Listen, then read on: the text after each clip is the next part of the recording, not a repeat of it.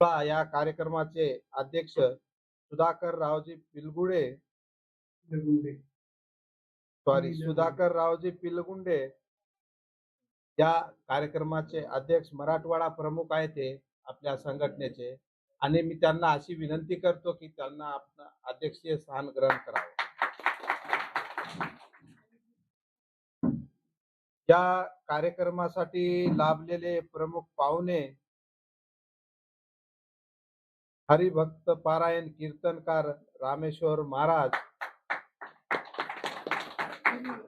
Vande Bharat TV चॅनलचे Vande Bharat TV चॅनलचे जिल्हा प्रतिनिधी मनोहरराव येरपुरवार,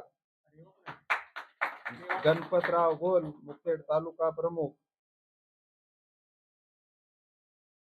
मानसिक वडदे आणि शिवाजीराव गुट्टे कंधार तालुका प्रमुख, दत्तात्रय खांडरे हे आपले प्रमुख पाहुणे आहेत. आपल्याला या कार्यक्रमाच्या ठिकाणी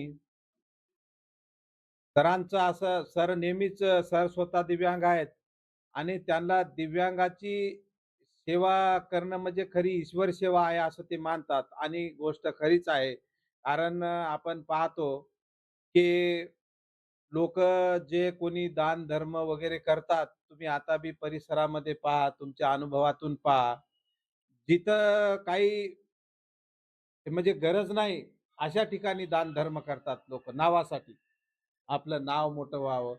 ज्या ठिकाणी आपण दान धर्म करतो तिथं आपल्या दान धर्माचा काही उपयोग होत नाही. पण खरं इथं आपल्याला दान धर्म करायची आवश्यकता आहे. पण अशा ठिकाणी लोक करत नाही. कारण एका समजा अंध व्यक्ती, लुळा, पांगळा, दिव्यांग व्यक्तीला जर काही दान धर्म केलं तर त्याची काही प्रसिद्धी होत नाही. काही आपलं 4 लोक नावं घेत नाही. म्हणून अशा ठिकाणी काही करत नाही. तर आपले संस्थापक अध्यक्ष माननीय चंपतराव ढाकोरे सर या विचाराचे आहेत, की खरी सेवा जर आपल्याला जर करायची असेल तर दिव्यांगाची केली पाहिजे आणि या सेवेतूनच खरा आपल्याला परमार्थ हे प्राप्त होते. म्हणून खास तर सरांचा आपण या ठिकाणी अभिष्ट चिंतन सोहळा करण्याचा हा कार्यक्रम योजला. तर आपण सरांचा सत्कार करायला पाहिजे. पण सर म्हणतात, की सगळ्या दिव्यांग बांधवाचा माझ्या हातून सत्कार झाला पाहिजे. म्हणून मी आपणास विनंती करतो, आता सगळ्याचे नावं तर घेणं शक्य नाही. आपण एका कडकून एकेकानं येऊन सरांच्या हस्ते आपलं सत्कार स्वीकारायचा. एक पुरुष, एक महिला. चला या ताई तुम्ही. 5, 5, 4.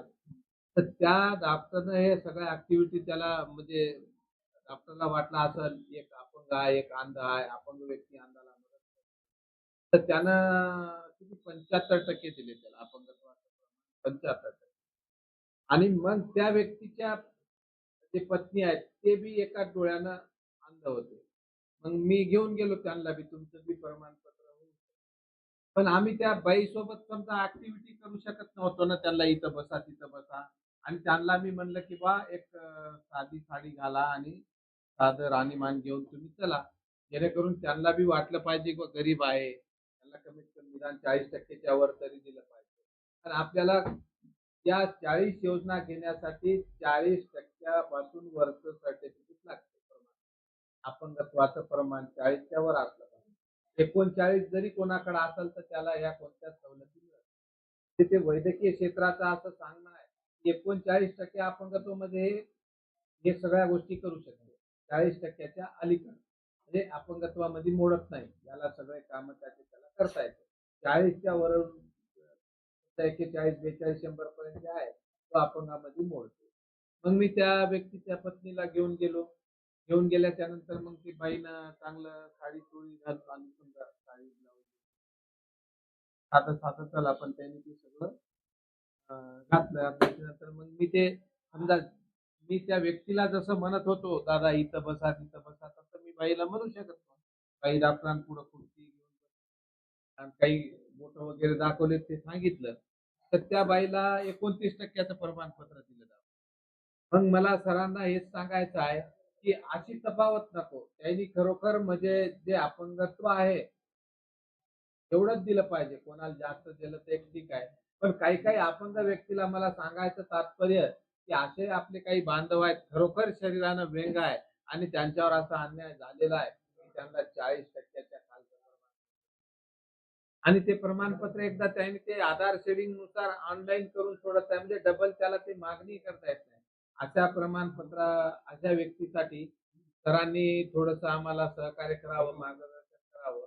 आम्ही सर सांगतील त्या पद्धतीनं करू. कुठं लातूरला आरोग्य उपसंचालनालय तिथं जायचं काम पडलं आणि तिथं जाऊ आणि तिथे ते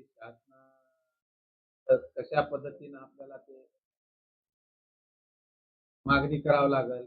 हे सरांना आम्हाला मार्गदर्शन करावं. त्या पद्धतीनं आम्ही जेणेकरून जे खरोखर अपंग आहेत, अशा लोकांवर अन्याय होणार नाही. त्या लोकांसाठी सरांना एक विनंती आहे, की त्यांनी आपल्याला केलं पाहिजे. त्यानंतर आपल्या